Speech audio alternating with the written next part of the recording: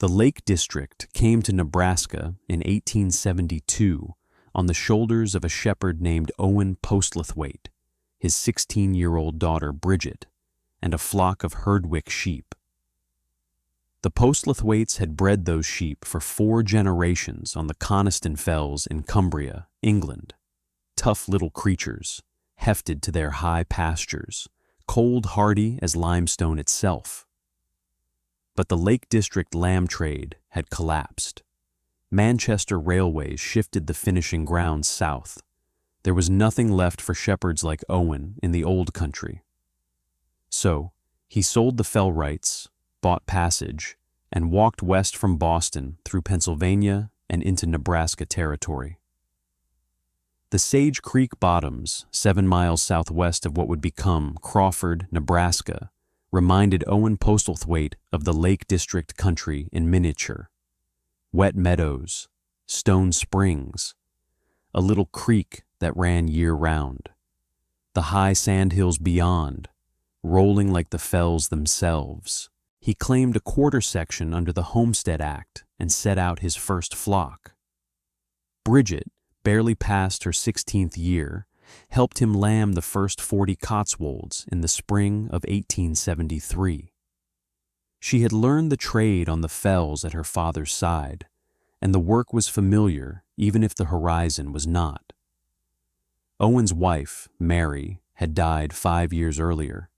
A stillborn brother had taken her in 1869, so it was Bridget and her father alone with the sheep. Owen was a careful man, methodical in the way of shepherds. He kept meticulous notes on lambing outcomes, feed stores, the weather. He still carried one item of value from Cumbria, an aneroid barometer, the kind that reads pressure by the movement of a vacuum chamber rather than mercury. That barometer would one day save his daughter's life, though neither of them knew it when he first hung it on the cabin wall. Bridget grew up in Sage Creek. She bore a daughter, Eliza, in May of 1877, 3 years before her father took sick. Owen had come west with shepherd's lung. Years of lambing in the damp stone sheds had done their work, and the plains wind, dry and relentless, finished what the English cold had started. In February of 1879, when Bridget was not quite 23, her father died of consumption. He left her 600 head of sheep, mostly Merino-Cotswold cross, hardy animals that took to the open range, and 80 Herdwicks, the only Herdwick flock in Wyoming and Nebraska. She became the youngest widow rancher in Sioux County, and probably the only one who had been born in the Lake District and knew how sheep were meant to be doctored when the winter turned cruel. 2 years later, in June of 1881, Bridget married Thomas Hesketh, a fellow Cumbrian emigrant who had come west with her father in that first migration. Hesketh worked the Borrowdale country before the emigration and understood Bridget's way. They had been betrothed since Eliza was born. Her daughter was a Hesketh in name at least, though not in law until the marriage was sealed. For 4 years they worked the Sage Creek stead together. Then, in October of 1885, a stallion spooked near the lower pasture and reared. Thomas Hesketh fell backward onto stone. His neck broke. Bridget was widowed at 29 with a daughter of 8 and a flock that required herding. By 1885, her holdings were substantial. 600 Merino-Cotswold and 80 Herdwicks, 320 acres proved up, a 16 by 22-foot log cabin with a sod roof, and a lean-to stable. She also had Cael Tregarrick, a 71-year-old Cornish herder who had come with her father and had no place else to go. Cael was wiry, silent, and fluent in an old sheepman's wisdom that had nothing to do with book learning. He understood the animals. He had eyes that could read the weather in the way the grass lay. 3 Border Collies, Jip, Floss, and Moss, completed the working staff. None of them questioned whether a widow could run a sheep ranch. They simply did the work. Winter came to Sage Creek in 1885, and Bridget faced a problem that had nothing to do with the market and everything to do with staying alive. The cabin's walls were single-thickness sawn planks mounted on a log frame. There was no fill, no barrier between the interior space and the wind that came off the prairie with temperatures that dropped past 40 below. Her father had told her, years earlier, about the old fleece stuffing method used in the Borrowdale lambing sheds back home. When the stone byres were built, the shepherds would pack raw, greasy fleece into the cavity between inner and outer wattle, and the wool's natural lanolin, the waxy substance that made fleece water-shedding and insect-resistant, would create an insulation layer that kept the animals alive through the worst of the high-fell winters. Bridget pulled out the interior planks and mounted vertical oak studs between the existing log courses. She cut green willow rods from the Sage Creek bottom and wove them horizontally at 4-inch spacing to create a deep cavity basket. Then she took the greasy fleece, the fleece that wool buyers rejected as unmarketable, the waste that ranchers burned or sold for 4 cents a pound, and packed it at 2 pounds per cubic foot density into the wattle cavities. Finally, she mixed lime, clay, and cow hair into a plaster and troweled it both sides of the wattle to seal the air gaps. 3/4 of an inch thick on the inside, an inch thick on the weathered exterior. It had cost her less than $10 in materials. The merchants in Crawford thought her mad. They did not understand that what the textile mills rejected, the very grease that made Eastern scourers demand payment for removal, was exactly what made the wool superior as insulation. The lanolin would not let water pass. It would not let mildew take hold. It would not let moths lay their eggs. And the wool itself charred at 570 degrees, nearly 200 degrees higher than cotton. Charring meant slow degradation, controlled flame, survival. Ignition meant catastrophe. So she lived through the winter of 1885 to 86 in a cabin whose walls held an R value of 17. Frame cabins around her had walls with an R value of 3. She would outlast them all when the snow began to fall hard. But she did not know that yet. She only knew that her father had been right about the fleece. And she knew that she and Eliza and Cael would not shiver their way through another winter without shelter worth the name. Summer came to Sage Creek in 1887, and with it came Dr. Edmund Calloway. He was 38 years old, a graduate of the University of Pennsylvania School of Medicine, class of 1875, and a contracted physician for Sioux County, operating out of Crawford. He was a man of the new science, or so he believed. He had read the writings of Louis Pasteur. He had studied the declining theory of miasma, the notion that illness arose from corrupted air, though he had not yet fully embraced the newer idea that tiny invisible creatures, called germs, might be the true source of disease. That conversion would come to American medical practice over the next few years, but in 1887, Calloway still stood with one foot in the old paradigm and one in the new. He made his rounds through the county ranches and farms, making inspections and delivering lectures on sanitation. When he arrived at Bridget's cabin, he stopped in the doorway and refused to step inside. The walls, he said, were filthy, raw, greasy fleece packed between wattle and daub. A packed earth floor, smoke-cured mutton hung from the rafters, lambs brought into the interior during March lambing, their waste mixing with the air. He lectured her on miasma theory. He spoke of wool sorter's disease, anthrax, the cutting fever that had claimed many workers in the Bradford textile mills in 1879 and 1880. A real terror, anthrax, though he misattributed its source to the corrupted air above the wool rather than the spores within the fiber itself. Bridget listened without speaking. She did not argue with physicians. Eliza brought the doctor buttermilk. It was hot, fresh made, and would have steadied a man chilled from riding across the sandhills. Calloway refused to drink it. "Filth carries," he said. The girl was too young to understand. She simply retreated with the cup and did not bring it again. By evening, Calloway rode back to Crawford, certain that he had done his duty, and certain too that Bridget Hesketh was a menace to public health, a woman whose ignorance and stubbornness would eventually poison the whole county. In December of 1887, the Sioux County Health Board held a hearing in Crawford. The board was composed of men who had business interests to protect.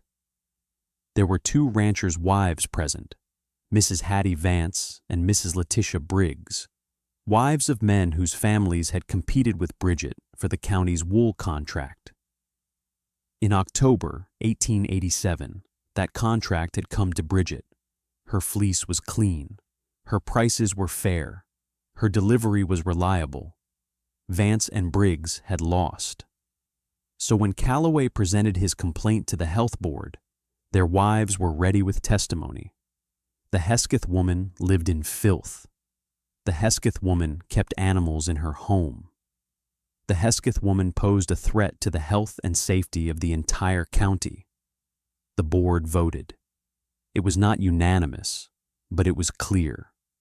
A notice was printed and nailed to Bridget's cabin door.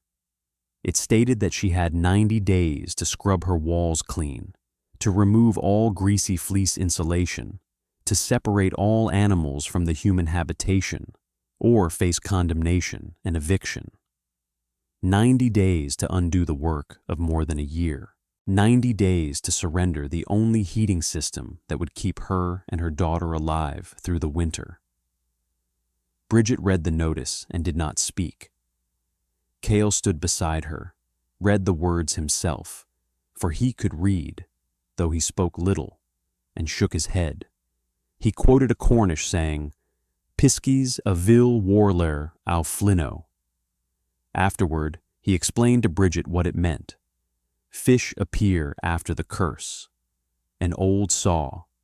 It meant that adversity sometimes brings its own solutions if a person will only wait and pay attention. Bridget said nothing. She went about her work. She had a flock to tend, a daughter to raise, and no intention of scrubbing away her father's wisdom because a Philadelphia doctor did not understand the mathematics of heat loss. The morning of January 12, 1888, broke unseasonably warm. At sunrise, the temperature was 38 degrees. Snow that had fallen in the previous week was beginning to run off the eaves in small streams. The day felt almost like spring, though it was only 3 weeks past the winter solstice. Bridget had not slept well. Something in the air felt wrong, felt dangerous in a way that had nothing to do with the rationale and everything to do with the instinct that her father had passed down to her, the instinct of someone who had lived by reading weather all her life. She rose and checked her father's aneroid barometer, the one item he had carried from Cumbria when everything else had been left behind. The pressure had dropped 0.4 of an inch in the preceding 2 hours. In 2 more hours, it would drop another 0.3. She knew what this meant.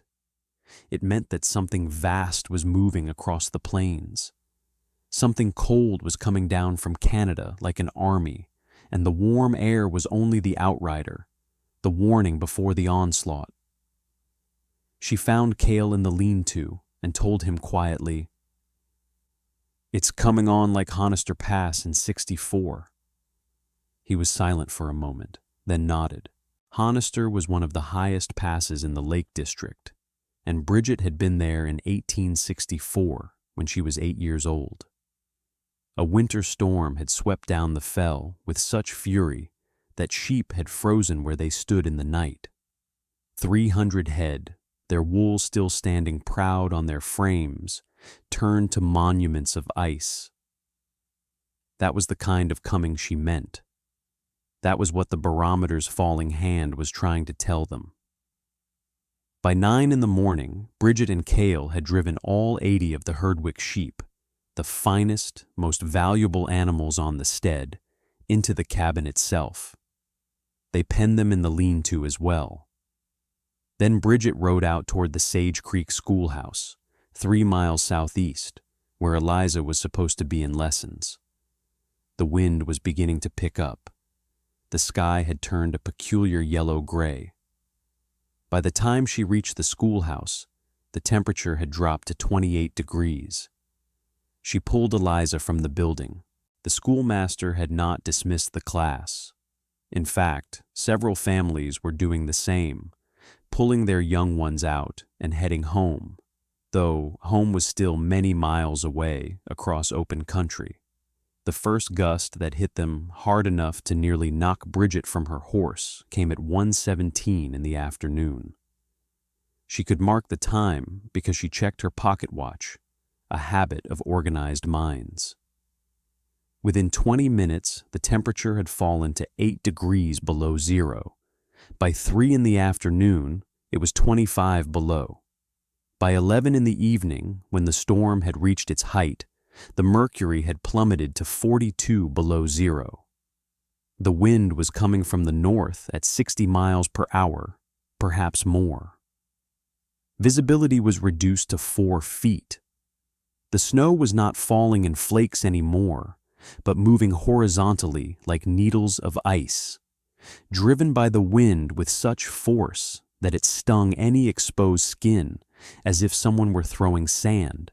The world had become a white chaos, and inside that chaos there was no north or south, no landmark, nothing but the howling wind and the snow that fell and blew and fell again. Bridget had made it back to the cabin with Eliza well before the storm's fury reached its peak. She kept the stove burning steadily, carefully, like a woman nursing a weak flame back to strength. She did not use the cut firewood that was stacked outside. Instead, she went into the shed and brought out planks from her late husband's woodlot. Green oak, freshly cut 2 years earlier and still holding their moisture. These would burn slowly and hot, an even burn that would not consume her fuel stores before morning came, and the storm, if God was merciful, began to break. She banked the stove with care, monitoring the heat, adjusting the drafts, keeping the temperature steady through the night. The cabin would hold, she thought. The cabin would hold.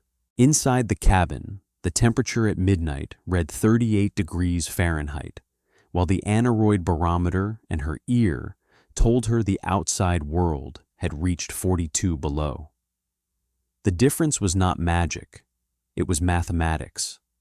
The walls that the county health officer had declared filthy were performing exactly as her father had taught her they would. The Wattle and the Fleece and the Daub, together, created an R value of 17. Multiply that by the surface area of the cabin, a 16 by 22 structure with 8-foot walls, and the mathematics of heat resistance became more clear than any lecture could make it. Think of it this way. The wool itself had an R value of 3.5 per inch. 4 inches of fleece meant 14 R values. The lime daub on both sides added 1 more. The sawn plank skin added another. The air films at the boundaries added 0.85. Total, 17. Against this, a frame cabin with single plank walls had an R value of 3. An unfilled log structure, perhaps 10. The mathematics were not subtle. The difference was the difference between freezing and surviving. The walls were breathing out warmth. The fleece was holding it. The lime daub was stopping the wind. While ranches around her were freezing, while families were burning furniture and clothing, and everything flammable in desperate attempts to stay warm, her cabin held steady because of the very material that the sanitarian had declared filthy. Cael stood by the stove and recited a prayer in Cornish, Awi puru gen velin. In his thin voice, cracked with age, he asked for mercy and the strength to endure. Eliza sat beside the stove too, and she had brought a sick lamb to the warmth, a creature that would not have survived the night outside. She sat with her small hands around the lamb, nursing it with warmth and what comfort a 10-year-old girl could offer. The flock in the lean-to was sheltered and alive. The family was together. The cabin walls, greasy and earth-stained, and exactly what the sanitarian said they should not be, were keeping them all from becoming frozen monuments to human blindness. Around 9 in the evening, as the storm was approaching its full fury, Bridget heard a sound that cut through the wind like a knife. It was thumping against the cabin door, repeated, frantic thumping. She pulled the door open, and 8 youngsters nearly fell inside, their faces white with frost, their breathing shallow from the cold. They were from 3 families that lived in frame cabins less than 2 miles away. 2 of those cabins had collapsed when the wind tore off their stovepipes and the interior walls frosted over with ice, and the families had no choice but to try to reach shelter or freeze where they stood. The young ones had walked 1.5 miles through the white chaos, following what they said was a light. A warm light. It was visible through Bridget's walls when the frame cabin's lights could not be seen at all, extinguished by wind drafts or simply lost in the white. Because the Wattle walls held the lamp's glow steady and warm, while the frame cabins let every flicker of heat escape into the night, like water running through a sieve. Bridget asked them no questions. She pulled them inside one by one, closed the door, and wrapped each of them in quilts and plaids. The quilts were stuffed with fleece, of course, and the plaids had come all the way from her mother in Cumbria, woven in the Lake District way, heavy and warm, and blessed with the lanolin of 1,000 washing days. She dried their faces. She gave them hot milk. She made spaces for them to lie down. The cabin, which had seemed crowded with a flock of sheep and a family, expanded somehow to hold all of them. The walls held the heat. The stove burned steady. And the youngsters, who had nearly perished in the white, began to stop shaking. Around 11 in the evening, there was more thumping at the door. It was weaker than the thumping from the youngsters, more desperate and less coordinated. Bridget opened it to find Dr. Edmund Calloway and a young man named Reuben Pyle, who worked for Calloway in his Crawford office. They had come from Crawford in a wagon that they had abandoned a mile back, unable to drive any further, unable to see the road, unable to do anything but try to reach some shelter on foot. Calloway's office, a frame structure, had been torn open when the stovepipe was carried away in the first moments of the storm. The walls had frosted over with ice so thick that icicles hung from the interior beams like stalactites in some terrible cavern. He had tried to shelter in place, moving between rooms, building a fire, and banking it with furniture and books, but it had become clear within minutes that the building would not hold. The heat was escaping through every crack and crevice. The single-plank walls transmitted cold as if they were conducting it deliberately inward. He could move his lips and he could move his mind, but the cold had seized his face so completely that he could not speak clearly. His speech came out in slurred fragments. Pyle, at 19, was tougher, possessed of the physical reserves that youth sometimes grants, but 3 of his fingers had begun to lose sensation. The nerve deadness that precedes the frozen state. The warning sign that tissues are starting to perish even as the heart still beats. But before they had fled Crawford, Calloway had seen something that would haunt him for the rest of his life. Mrs. Vance had run to him in the street, her shawl whipping around her like a sail, crying that her youngest was missing. The girl was 7 or 8, thin-faced and quick-moving, the sort of girl who seemed always to be in motion.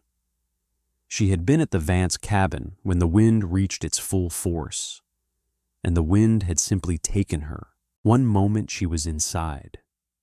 The next moment, during some shift of the door or window, the gust had lifted her and carried her into the prairie, into the white, into the noise and chaos. The girl had not fought it, not called for help that would have been inaudible anyway. She had simply been lifted and removed as if by an invisible hand. The Vance family had run after her into the snow, calling, searching, but visibility was only 4 feet, and the girl was small. Within moments, she was lost. By the time full darkness came, long after Calloway had left to seek his own shelter, the Vance family knew she was gone, carried into the white and lost to it. That image was all that Calloway could think about as he and Pyle stumbled toward what they hoped was the Hesketh cabin. A girl carried away, a girl taken by the wind, a girl who should have been safe inside. Bridget did not make them stand at the threshold. She did not lecture them or demand explanations. She pulled Calloway inside by main force. He was nearly unconscious and would have collapsed in the snow, and laid him beside the stove. She pulled Pyle in after him. She wrapped them both in quilts and fleece blankets, the same quilts that the 8 youngsters were lying beneath on the other side of the cabin. And then she did something that Calloway, in his rigid certainty about filth and sanitation, would never have permitted her to do. She took Pyle's hands, which had lost all sensation, and placed them carefully in a basin of tepid lard.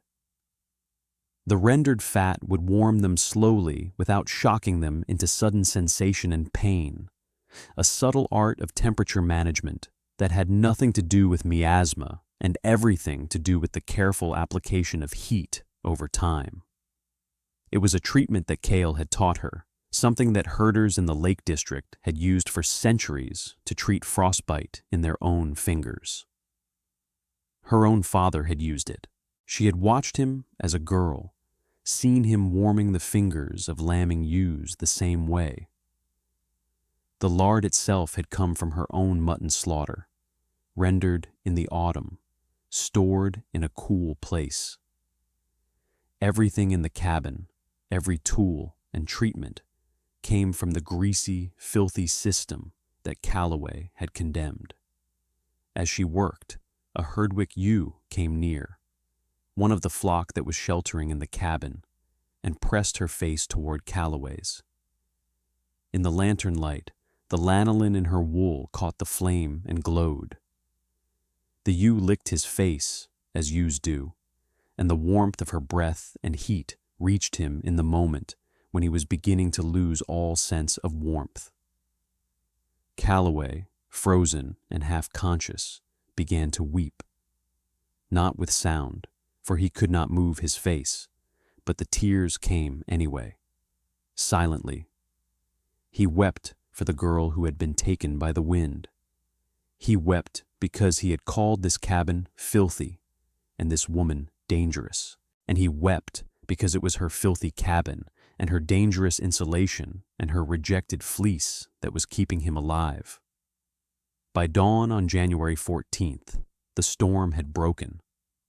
The sky had cleared to a hard, brilliant blue. The temperature had fallen to 22 degrees below zero, but the wind had stopped. The silence, after 2 days of howling, was almost shocking. All 8 of the youngsters were alive. Not one of them had lost fingers or toes. None of them had needed amputation. They were half-starved, half-frightened, but they would recover. One of the Herdwick ewes had lambed during the storm, given birth in the chaos and the noise and the cold, and the lamb had survived. Eliza had helped with the birth, and the lamb would become, in years to come, the foundation ewe for her mother's prize line of Herdwicks.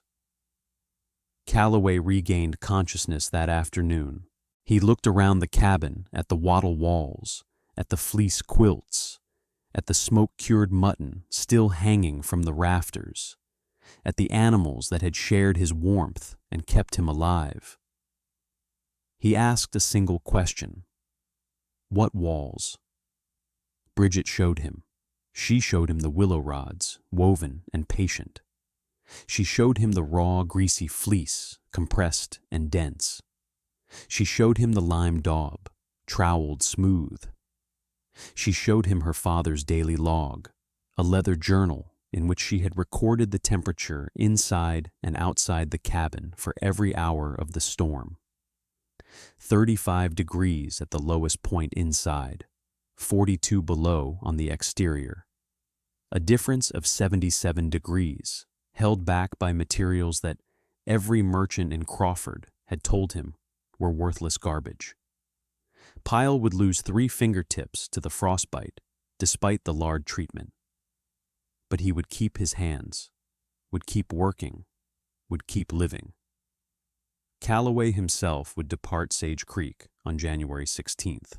Before he left, he placed his medical satchel, his most valuable possession, containing his instruments and medicines, in payment for the fleece quilts and the warmth that had saved his life. He did not apologize, exactly, but his shame was real, and in the way that quiet men sometimes show their deepest feelings, it was clear. On February 2nd, the Sioux County Health Board held an emergency session in Crawford.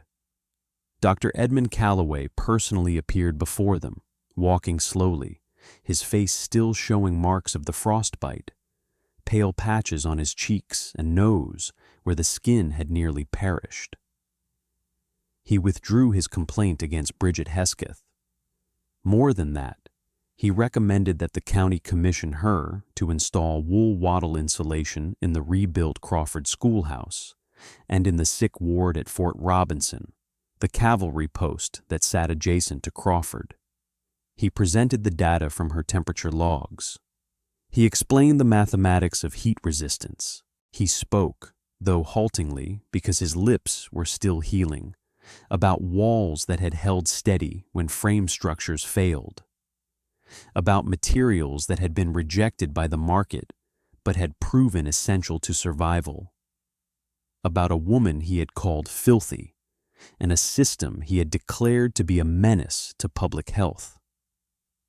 By the time spring came to the Sandhills, the eviction notice had been formally withdrawn from Bridget's door. The story did not end there. Over the next 6 years, from 1888 to 1894, Bridget installed wool wattle insulation in 12 buildings across Sioux and Dawes counties, schools, a courthouse, the county infirmary, the Fort Robinson barracks.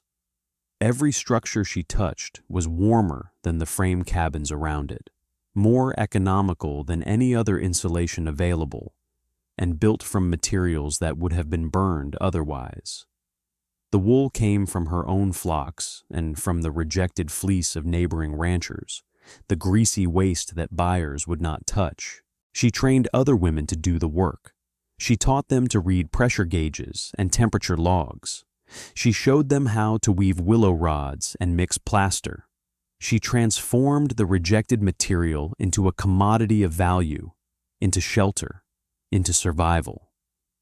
In 1903, she trained her daughter Eliza, then 26 years old, as a sheep agronomist and heritage preservationist. Eliza took the technique north into Wyoming and Montana, where she established her own small practice, teaching ranchers the mathematics of heat resistance and the value of what the market had declared worthless. In 1923, at the age of 67, Bridget Hesketh died in her wool-wattled cabin in Sage Creek. The cabin that she and Cael had retrofitted in 1885 and 1886 still stood. The walls were still warm. She had insulated 47 documented structures in her lifetime. The technique she pioneered would not become a major insulation method. Mineral wool and then fiberglass would take that place in the decades to come. But for a brief window in the sandhills, she had proven that the rejected could become the essential. That a woman from the Lake District, armed only with her father's wisdom and her own stubborn refusal to surrender, could teach a whole territory the value of materials they had been too blind to recognize. At Bridget's funeral, Eliza walked past the Crawford schoolhouse. The wool-wattle walls were still standing. They had endured 35 years since the schoolhouse blizzard, and they were still warm. The afternoon light caught the wattle where the plaster had worn thin in places, and the sunshine caught the raw fleece underneath, golden with age and lanolin. The walls that had been called filthy had outlasted every frame cabin in the county, and more than that, on that cold afternoon, as Eliza stood in the schoolhouse and felt the absence of the wind on her skin, she understood finally that her mother had not simply saved lives on that single winter night. She had changed what was possible. She had proven that wisdom does not always come from the cities of the East. Sometimes it comes from the high fells of Cumbria. Sometimes it comes in the form of greasy fleece, and a woman who trusted her father enough to refuse to scrub away his legacy, even when the law demanded it.